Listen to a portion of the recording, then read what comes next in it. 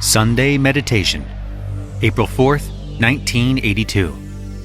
LL Research channeling Hatonn and Latwii.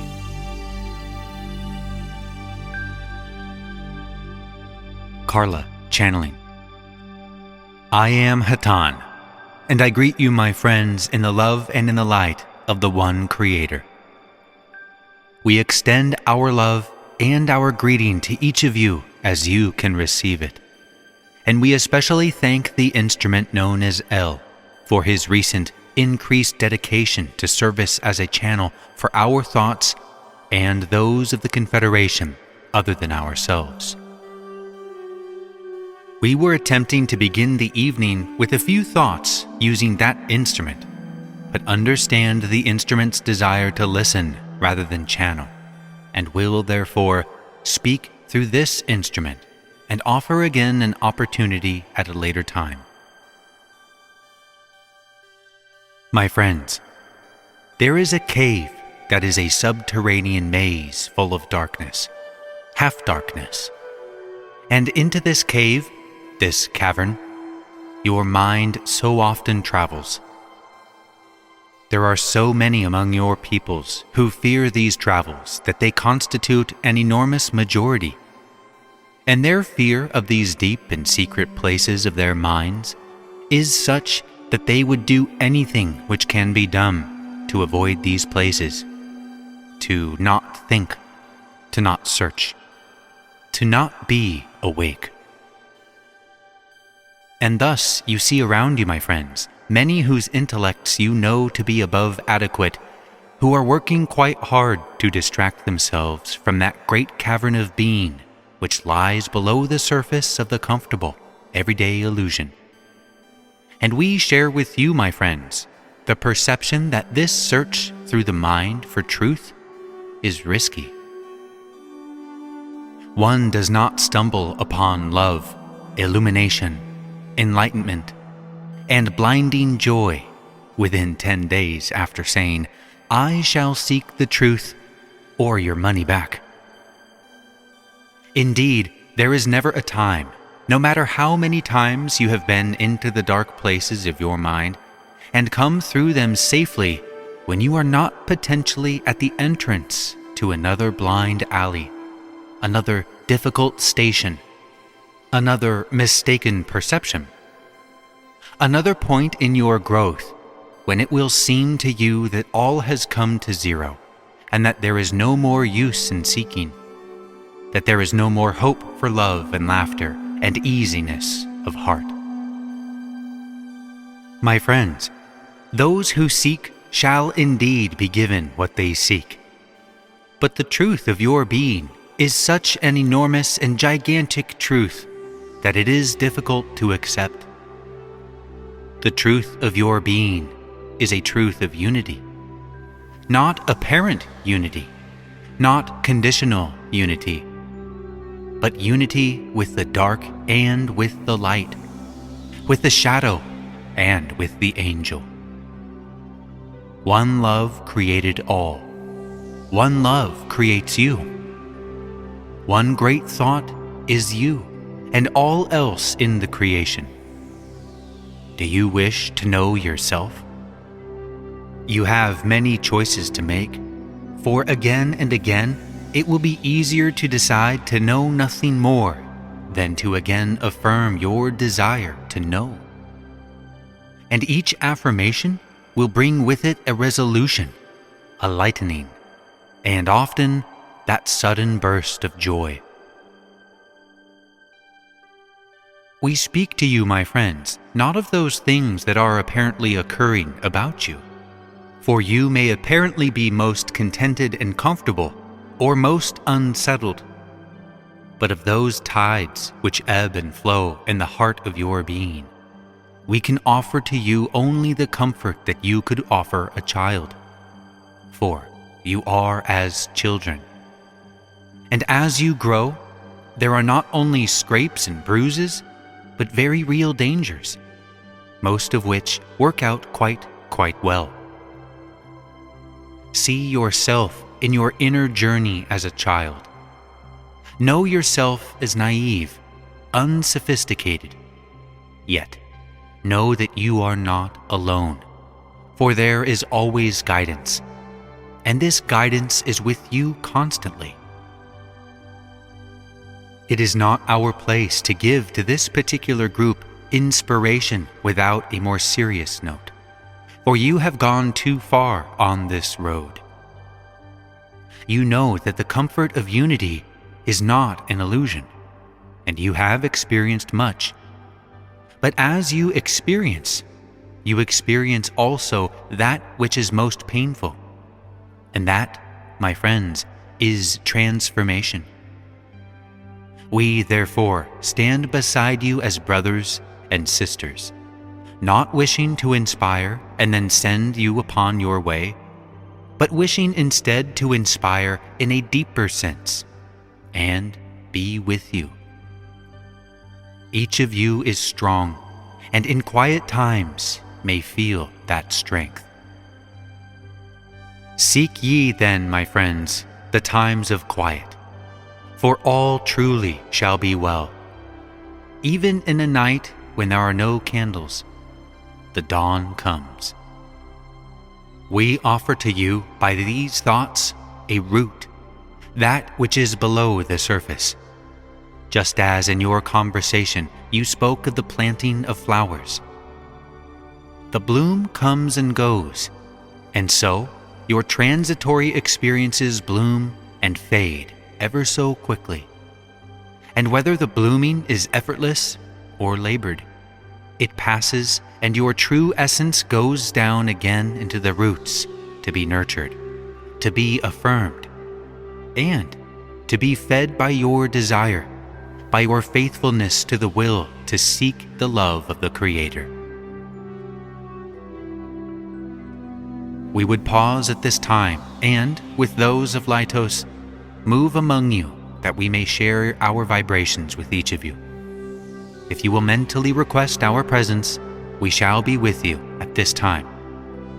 I am Hatonn.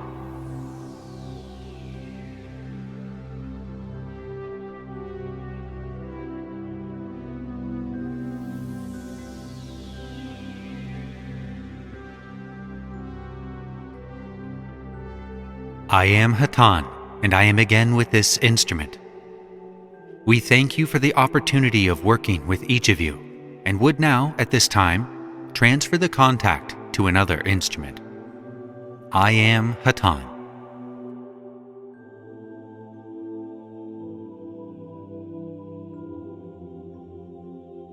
L. Channeling. I am Hatonn, and I greet you again, my brothers and sisters, in the love and in the light of the infinite Creator. My friends, it is often difficult to find the stimulation to proceed forward. Inspiration seems to wax and wane, and yet the path is ever present. It is quite easy to become discouraged, to feel that one is willingly falling by the wayside, when the lack of inspiration seems to encourage one's feet to tarry or to stumble, or even to stop. My friends, my loved ones, discouragement, anticipation, joy, and desperation are all emotions. They are but tools that you may call upon in your quest for growth and learning. Therefore, when you sense discouragement, disillusionment, perceive these emotions for what they are. They are the instruments which are available for your use to evaluate your progression, to adjust, if necessary, those facets of your being that appear to be retarding your progress. And, most important of all, they may be used to detect, to discern those areas within which adjustments of perception must be accomplished, that your growth may continue. Therefore, when these emotions become evident to you, experience and discern that which is being revealed. But just as one would not, in a suddenly non-functioning motor vehicle, state to oneself, "I am in a dead car," do not take the identity of the tool upon yourself with the acceptance in the manner of, I am discouraged. Rather, experience the sensation with the awareness of, I sense discouragement within myself. And make use of this powerful tool to further your striving. My friends, the power of a group of a sharing such as this one is little realized by its members. Yet, who among you has not, many times during your days, discerned suddenly dramatic differences between your individual self and those other selves with which your life is shared away from this group? My friends, realize that as each of you is like a molecule of which the cell of your group is composed, so also is your group a cell among many of which a larger entity is composed. These cells composing a hand within your individual body can accomplish little on their own, yet perceive for a moment the marvelous instrument their composition achieves. In your moments of discouragement or disillusionment, my friends, when you sense yourself as somewhere failing to meet your desires or expectations, pause for a moment and realize what a mighty force is accomplished through your own will aligned with that of your loved ones. There is no failure, my friends. Those who set foot on the path do so by choice. The choice to seek the light. It is a choice not made lightly, and once made, cannot be abandoned. For how may a child among your people decide at one moment never again to grow, never more to learn? Therefore, my friends, believe in yourselves, love yourselves, and continue confidently in your efforts. I am Hatonn.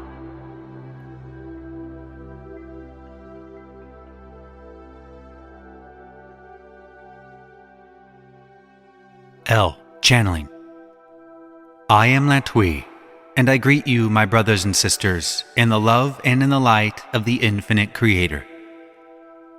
My friends, it is, as usual, a great privilege and pleasure for us to be here, in that we both enjoy the sensation of your group's vibration, and also because we have been impatiently waiting for our somewhat stodgy brother of Hatonn to finish his dissertation. At this time, we would offer our services, inadequate though they may be, to attempt to answer any questions you may desire to pose.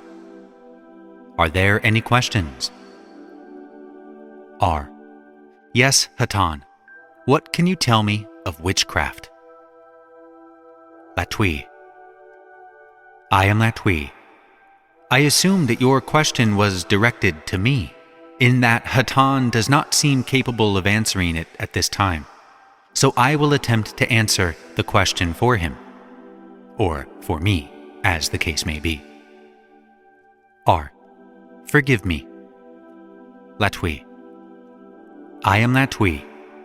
We are all forgiven, my brother.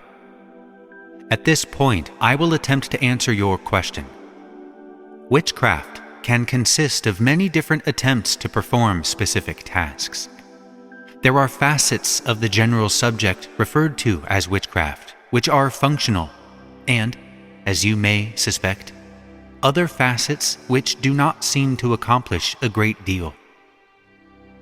Those that tend to accomplish their desired ends may be further divided into the areas generally referred to as white magic or black magic. We assume that black magic is the subject of your interest and will address that topic.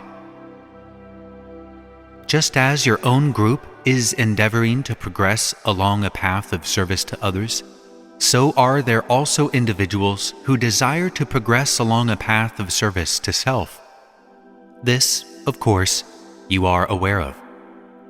What you perhaps are not aware of is the fact that the desire to exert one's will upon another, or a number of other individuals, is one of the strong suits, shall we say, of those involved in that effort. And there are many facets or fields of study within that realm through which the will of an individual may be projected in dominance over the wills of others. There are many rituals that can be used as tools to assist in this endeavor, those rituals being valuable solely in the effort of enabling the aspiring magician to focus his will and attention. May we answer you further, my brother? R.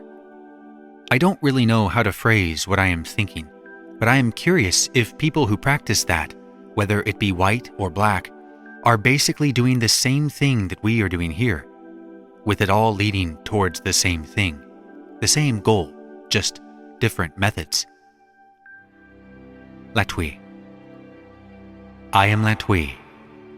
My brother, consider the individual who desires to progress from what we shall describe as point A to point B in as rapid a manner as possible. The individual who is endeavoring to serve others would most likely choose a route which will disturb or endanger as few as possible, whereas the individual who is engrossed in service to self might choose to drive the vehicle which you refer to as a tank through a crowded stadium in an effort to achieve his goal. Both have progressed from A to B, but by substantially different methods and with substantially different results due to their orientation. We hope that this might clarify the distinction between groups such as this and those who would, in an effort to serve themselves, exert their will over other individuals to accomplish personal growth. May we answer you further? R. No, thank you, Latwii. Latwii. As always, we thank you. Is there another question? K. What about the moral majority? It seems to me that they try very hard to force their wills on other people, and yet they seem like they are trying to accomplish good ends. Can you speak to that? Latwii. I am Latwii.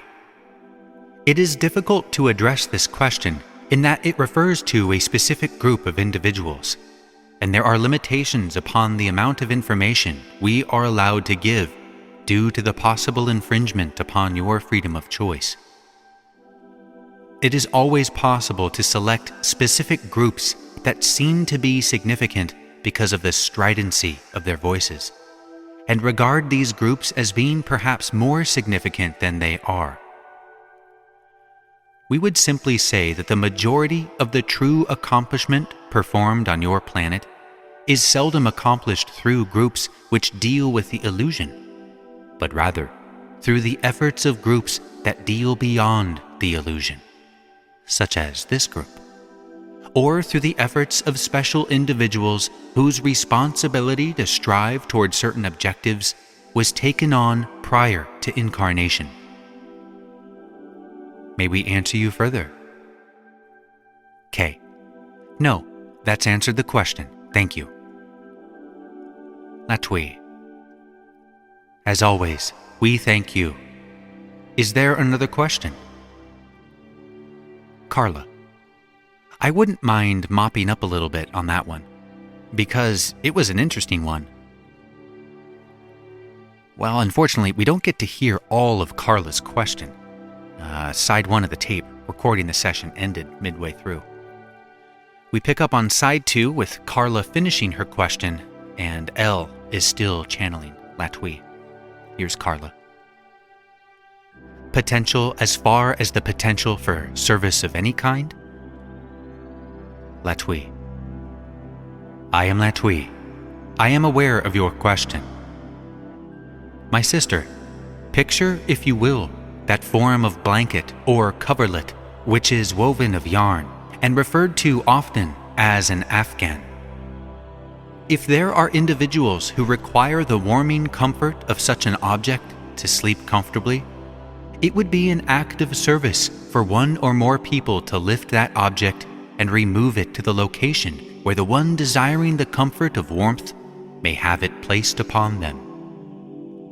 However, if a number of individuals are all desiring to move that comfort in different directions to serve different purposes, although each has a hand on the blanket and claim honestly in his or her heart to be attempting an act of service, the conflicting desires may result in a composite accomplishment of service that borders on nothing, although each truly sought to act in service. The difficulty within your illusion that is constantly encountered by groups of any sort desiring service is not the heartfelt desire to serve, but rather the lack of communion between its members, within which dissension evaporates in the light of common purpose. May we answer you further, my sister? Carla: well, you haven't plumbed the depths of that one, but I'll let it be. I have a couple of questions from S in Denver. She would like to know first about the comparison, if it is possible for you to give one, between an experience she had while under age-regression hypnosis into another life, where she was initiated in a temple, and the experience of the initiate in the Queen's chamber as described by Ra. Can you comment on any similarities between those two experiences? Latwii: I am Latwii. I am aware of your question. The desire of the individual originating the question was to be assured, first of all, of the linearity or congruence of the two individual types of experience, and indeed, there are similarities between the two. The experiences are both what may be referred to as illuminations, in which the common factors of consent, rituals, and devices are shared to accomplish a specific balancing and attunement of those areas known as chakras. In each situation, the structure within which the illumination occurred serves a specific purpose in focusing the channeled light energy due to the configuration of the structure. The facet referred to as consent, of course, was necessary in the experience recalled during the regression, as it also is in the Queen's Chamber experience. The ritual aspect of both is to serve the purpose of allowing individuals of attainment to assist in the illumination process for the individual. The result in both cases is the opening and balancing of those areas referred to as chakras due to the individual's acceptance of the light energy which is funneled through the individual. May we answer you further, my sister? Carla: I'll let S see this and see if she has any other questions. Her other question was probably much shorter and easier to answer because it is sort of a yes or no question. She wanted to know if the higher self could have two instead of one mind-body-spirit complexes on the same plane of being in the same density at the same time. And if so, if they could be as close as mother and daughter or father and son. Latwii: I am Latwii. The higher self referred to is associated with not only the specific individual at the unique time and place within your illusion, but, of course, also the various incarnations of that particular individual throughout his incarnate experiences. It must be remembered that all individuals are a part of a larger, unified self, and that although the higher selves are associated only with specific individuals, they are more attuned to the consciousness of their unity than the mind-body-spirit complex within your illusion tends to be. It is often the case that individuals will repeatedly incarnate over a period of several incarnations so as to encounter and re-encounter, that the recognition might be a stimulus of the desire to extend one's consciousness beyond the limits of the forgetting. This can be a very powerful tool toward assisting both individuals to recall their purpose in incarnating, thus receiving an earlier stimulus toward a focusing of their effort. May we answer you further? Carla: No, again, I thank you for S. I still see very rich ground for discussion on the subject of how the various groups who think so much alike and feel so much alike and believe so much alike and have so much community are the very ones who judge and are so abrasive in their contact with those who don't think as they do. I will save that for another week because I am sure that the instrument is getting very tired. I'll just ask, how are you, Latwii? Latwii: I am Latwii. I am in the condition referred to as fine, and thank you both for your salutation, and the heartfelt affection that we are aware initiated the salutation. And we also hope that your condition is similar to our own. Carla: I am fine too. Latwii: That is well. Is there another question we may answer? K: You can probably answer this with a yes or a no. I've recently read 2 books by Capra. One was The Tao of Physics, and the other was The Turning Point, which I haven't quite completed. Is Capra being used by the Confederation to guide and help the planet? Latwii: I am Latwii. My sister, there are many definitions and many titles for those areas of assistance or tools for that purpose that are perceived by those of your planet.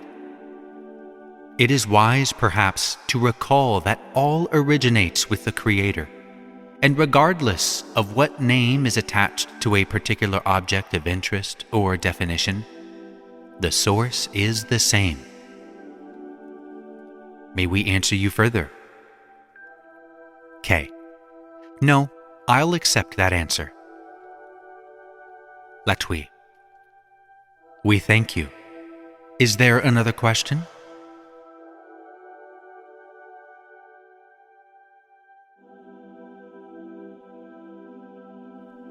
I am Latwii. As there is a reluctance to pose further questions due to concern for the well-being of the instrument, we shall take our leave and hope for the opportunity to serve in answering those questions at a future time. Adonai, my friends. Adonai Basu Boragas. I am Latwii. Go forth then, rejoicing in the power and the peace of the one infinite Creator.